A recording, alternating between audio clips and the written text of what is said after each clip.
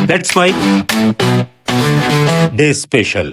नमस्कार, let's mic में आपका स्वागत है। आप सुन रहे हैं डे स्पेशल, एक ऐसा सफर जहां तारीखें इतिहास के आईने में झांकती हैं। 13 अक्टूबर का दिन कला, संगीत और राजनीति, तीन अलग अलग क्षेत्रों में अपना अमिट प्रभाव छोड़ने वाले तीन महान लोगों की याद दिलाता है। आज के दिन जन्मे थे भारतीय सिनेमा के पितामह कहे जाने वाले अशोक कुमार, सूफी संगीत के रहबर नुसरत फतेह अली खान और ब्रिटिश राजनीति की आयरन लेडी मार्गरेट थैचर। आइए जानते हैं इन तीनों के जीवन की कुछ खास बातें। 13 अक्टूबर 1911 को बिहार के भागलपुर में जन्मे अशोक कुमार का असली नाम कुमार केदारनाथ गांगुली था। डॉक्टर बनने की ख्वाहिश लेकर इंजीनियरिंग की पढ़ाई के लिए कोलकाता गए, लेकिन किस्मत ने उन्हें फिल्मों की ओर मोड़ दिया। उनका फिल्मी सफर 1936 में बॉम्बे टॉकीज के बैनर तले बनी फिल्म जीवन नैया से शुरू हुआ। ये वो दौर था जब भारतीय सिनेमा अपनी पहचान बना रहा था। अशोक कुमार की सहज अभिनय शैली और सरल संवाद प्रस्तुति ने उन्हें बहुत जल्दी दर्शकों का चहेता बना दिया। उनकी सबसे बड़ी सफलता आई 1943 में फिल्म किस्मत से, जिसने बॉक्स ऑफिस के सारे रिकॉर्ड तोड़ दिए।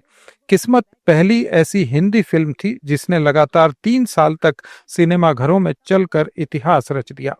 अशोक कुमार को रोमांटिक हीरो, गंभीर पिता या खलनायक, हर तरह के किरदार में देखा गया।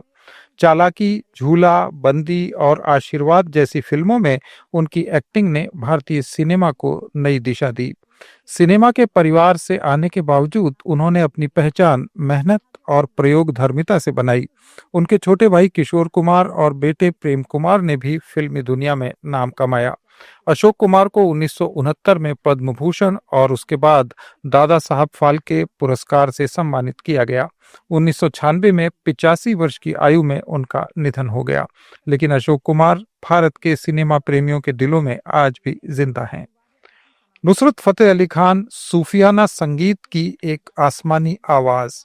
13 अक्टूबर 1948 को पाकिस्तान के फैसलाबाद में जन्मे नुसरत फतेह अली खान का नाम आते ही सूफी संगीत की रूहानी धुनें मन में गूंज उठती हैं।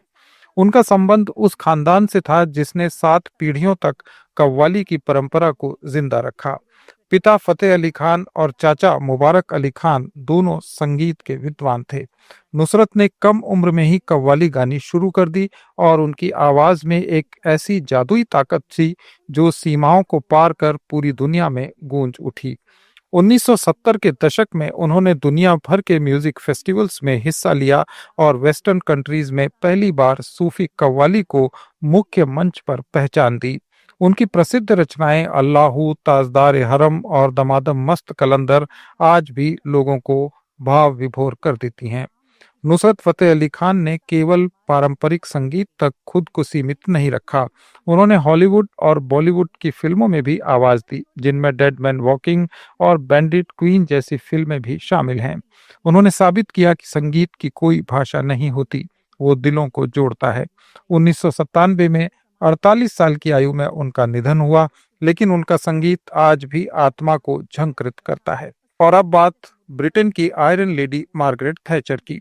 13 अक्टूबर 1925 को इंग्लैंड के ग्रांथम सिटी में जन्मी मार्गरेट थैचर 20वीं सदी की सबसे प्रभावशाली राजनीतिक महिलाओं में गिनी जाती हैं। साइंस की स्टूडेंट रही थैचर ने ऑक्सफोर्ड यूनिवर्सिटी से शिक्षा प्राप्त करने के बाद राजनीति में कदम रखा। 1989 में वे ब्रिटेन की पहली महिला प्रधानमंत्री बनी और लगातार 3 कार्यकाल तक सत्ता में रहीं। थैचर का कार्यकाल आर्थिक नीतियों और मजबूत नेतृत्व के लिए जाना जाता है। उन्होंने थैचरिज्म की नीतियों की शुरुआत की, जो निजीकरण, मुक्त बाजार और मजबूत सरकारी कंट्रोल पर आधारित थीं। उनकी पॉलिसीज ने ब्रिटेन की इकोनॉमी को दिशा दी, लेकिन साथ ही कई सामाजिक विरोध भी पैदा किए। उनका सबसे बड़ा राजनीतिक संघर्ष 1982 का फॉकलैंड वॉर था, जिसमें ब्रिटेन ने अर्जेंटीना को हराया। इस जीत ने उन्हें आयरन लेडी यानी लौह महिला के रूप में मशहूर कर दिया। आप सुन रहे थे let's mic more than radio. Follow कीजिए हमें हमारे सोशल मीडिया प्लेटफॉर्म्स पर। It's time for news. It's time for more than radio. Presenting the first radio news app, Let's